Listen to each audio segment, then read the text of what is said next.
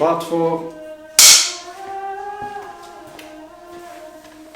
So, Jean-Pierre, thinking as a theoretical observer, I can see and feel the subtleties that emerge from the inner layers of patterns, often over a period of time, which is interesting in terms of collecting art, because what happens in many ways, in many of my own collection, I see different things over a period of time looking at the same art. Yeah.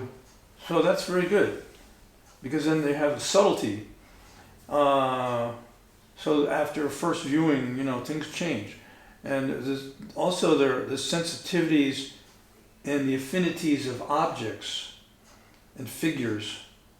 And each figure, which is depicted, how should I say, subsumed in their personal context, showing presences which relate to issues of eroticism and relations between individuals. So, yeah, I will tell you an anecdote. I mean, that's why we met at the Alliance Française in New York, and I had a painting, and a woman from Haiti was sitting in front of my painting for like 2 weeks. And really? Yeah, no, man, she stayed like 6 months, but yeah, she was on the desk answering the phone. Oh, I see. And when she get a phone call, and she was looking at my painting without her left brain, and she seen there were a deer into the painting. So she need to be disconnected in order to get connected to my paintings. You know what I mean? So elaborate. Yeah, that's an interesting point. Can you explain it more? Yeah, because if you just want to look at my painting with the left brain, you will not understand anything. There's no. You will see some shapes, some woman, some dicks or some teeth, but you're not going to be connected with the energy. Or in this painting, the deer was looking at her for 2-3 weeks or a month, I don't remember. And when she was in front of the painting all the time, every day. And suddenly, 9 to 5. Transformation. Because she was at the phone. Yeah. Understand? She disconnected. She disconnected from the So sensation. So that's how you could enter my art, my paintings. It takes time. Maybe it will take you 10 years. I don't give a shit. It's not my problem. No, it's not my problem. But maybe it could take you like a few seconds, and you get into the energy. Who knows? Yeah, you could get into the energy, but then there's also a shifting and a new manifestation in the perception.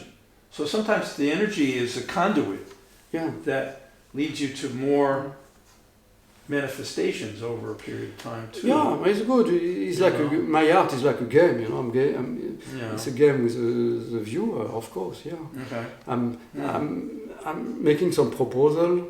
You like it, you don't like it. It's not my problem, but I'm playing with the spectator, of course. Yeah, it's a game.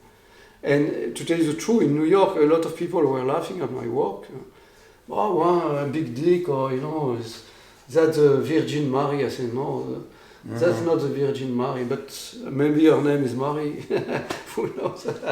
We all have like our own culture, and I'm lucky enough to be. What do you say?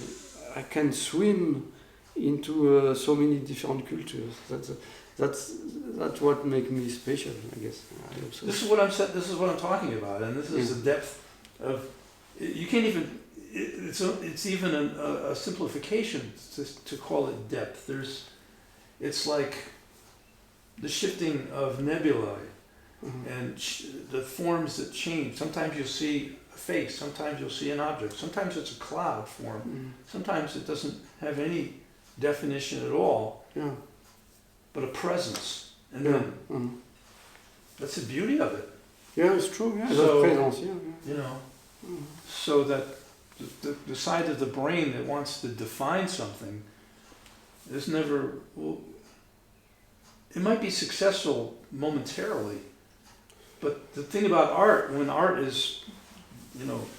really is successful, it changes over a period of time. Even if it's the same expression you're looking at, even a minimalist painting sometimes will change too. Exactly. Yeah, it's true. Yeah, You know, of course. Yeah. You think you know what you're looking at, and then you look at it a month later and says, "Oh, I never saw that." No. Like Agnès Martin work, Yeah, she's good. She's great. Yeah, right. So you also talk about polyphonies in extra European art that occur in primitive art cultures. Can you? How do you relate to that? And this is part of your theoretical writing. Because first it comes from a lake, because a lake, something don't give me enough energy. You know, we've seen a lot of painting yesterday at Courbet Museum, but somehow I'm still empty. It doesn't feed me. I mean, it feed me. The artist Courbet feed me as this experience of painting. He wanted to be a great artist. He wanted to paint women. He wanted to paint trees and all that. I'm impressed by that. But I'm not so impressed by the painting, because the painting is a narrow-minded view of the world, of society. You know, it's like square. I'm working with square, but I hope I escape from the square mind. You know what I mean? I'm not so crazy about the painting, window painting, we call the window painting. No. But that's why I like Pollock, because he get out of the frame. Jackson Pollock. Yes. He get out of the frame. He's into the magna, into the universe. You know. Yeah. So it's like confusion. You know. Yeah. That was, and he knew a lot about Navarro artists, Navarro Indian painters, who were drawing on the sun. He painted on the floor also. So me, I'm walking flat, so I'm not painting like this. You know, I'm painting on the ground. I'm grounded when I'm painting with the four direction, north, south, east, west.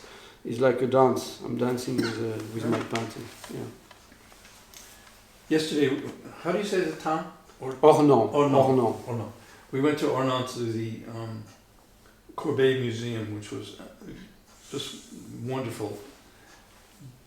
And I'm thinking, what if one of the things that was pointed out a number of times in the narratives was how he kind of rattled the convention of his time. Exactly.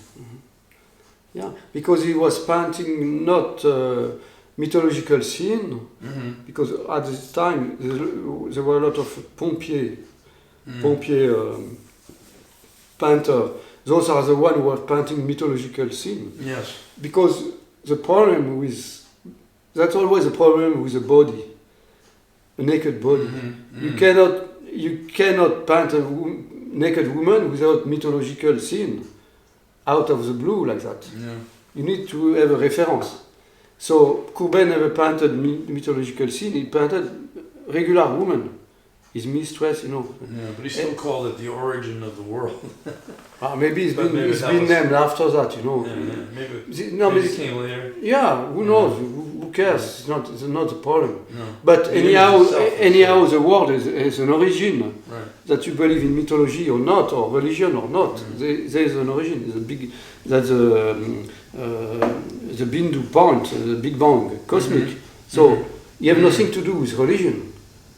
The starting point of the world have nothing to do with religion. They came 2,000 years ago, so it doesn't mean anything for anybody.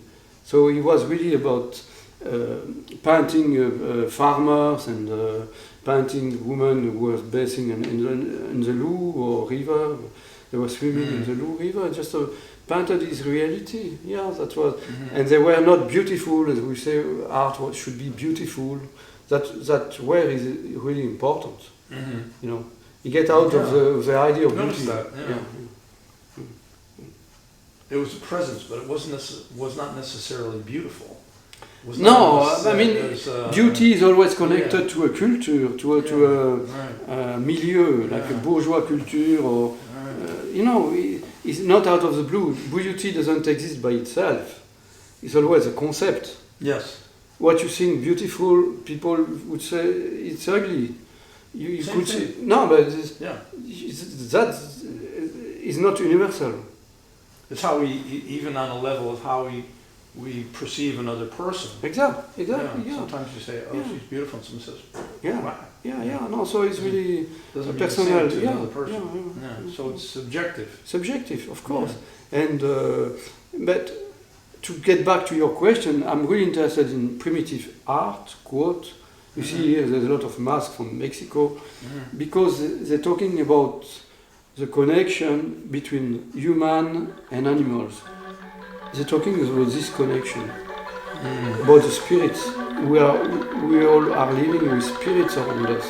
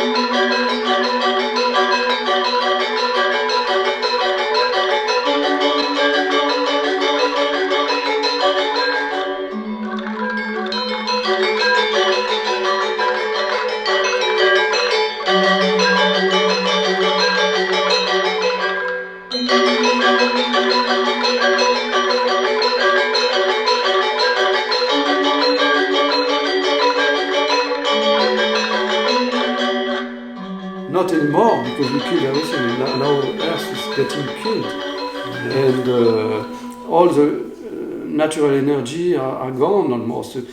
You know, that's why I wrote the text Bartleby, because last summer I used to go canoeing every other weekend when I visit my mom in Morteau, and there's a place called Bassin du Doubs, that's the waterfall after Saut du Doubs.